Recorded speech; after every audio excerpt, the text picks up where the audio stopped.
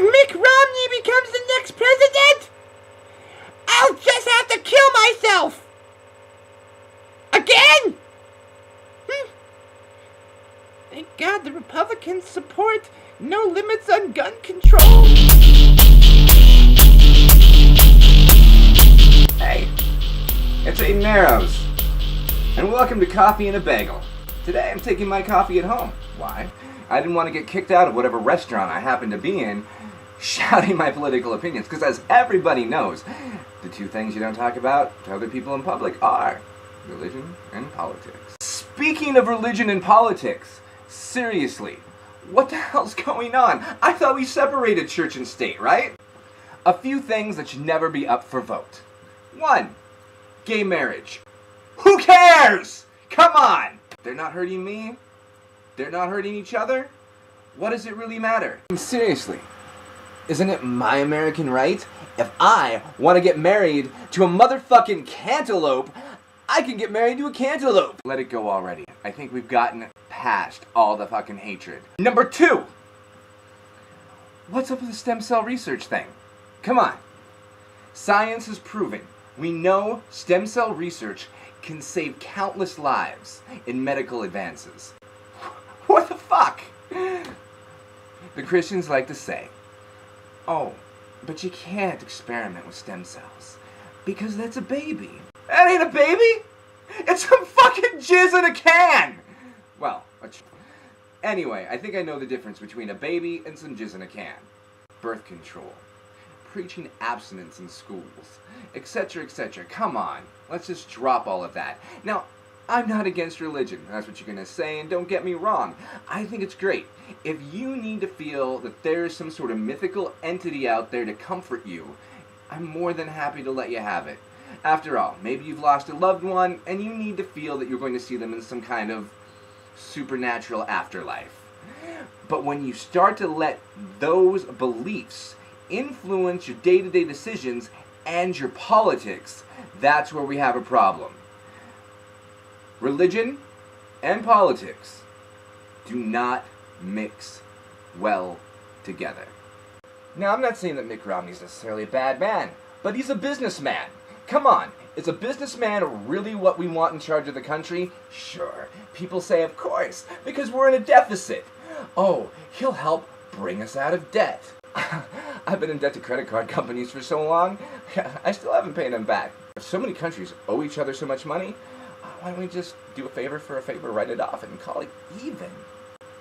Do you really like your boss? I mean, really.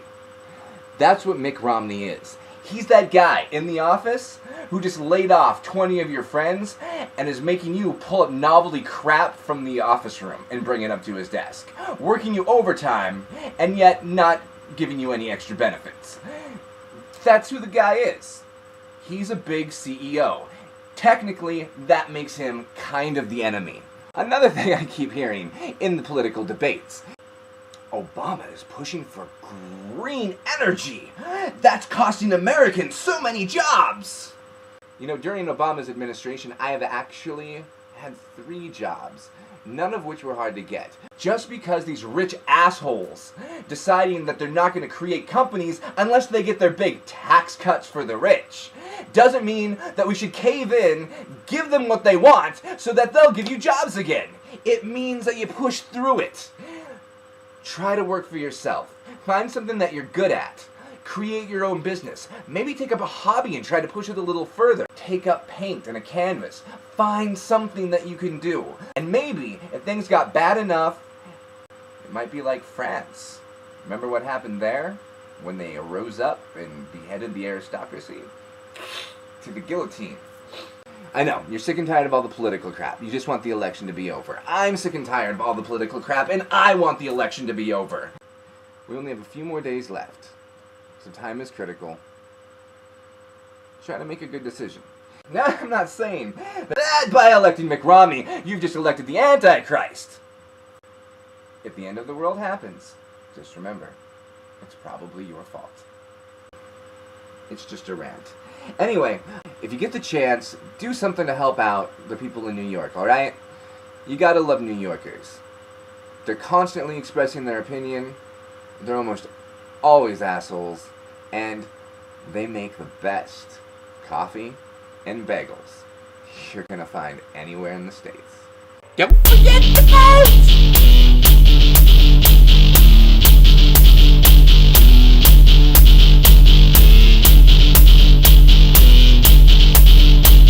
The day the U.S. government legalizes same-sex marriage, Christians will turn around and burn crosses, Catholics will do the jitterbug, and Baptists will sing new hymnals written by Elton John, Boy George, and George Michael. There will be riots. The day the U.S. government legalizes same-sex marriage, the gays will build a brainwashing machine and kidnap your children, turn them into an army of young gay teens who can dance any Britney Spears choreography at the drop of a hat. There will be rainbows everywhere. The White House will no longer be absence of color, instead its lawns will glitter, the hedges will be trimmed to look like unicorns, and its new paint job will feature a splash of every primary color screaming, fabulous! Today the U.S. government legalizes same-sex marriage. Ellen DeGeneres will begin her presidential campaign. Romney voters will strap bombs to their chest and claim anarchy. Ron Paul will smoke a lot of weed, and John McCain will probably die. But I doubt it, because he's a robot.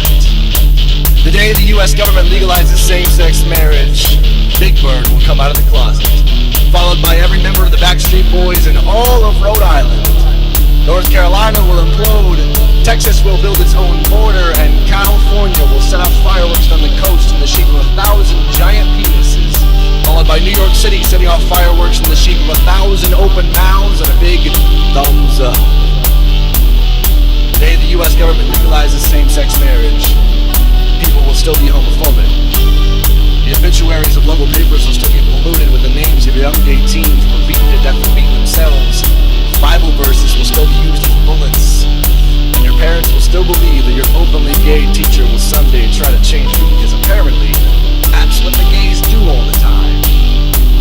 The day the U.S. government legalizes same-sex marriage, I will stand side by side with my openly gay friends and cheer in the victory of the night.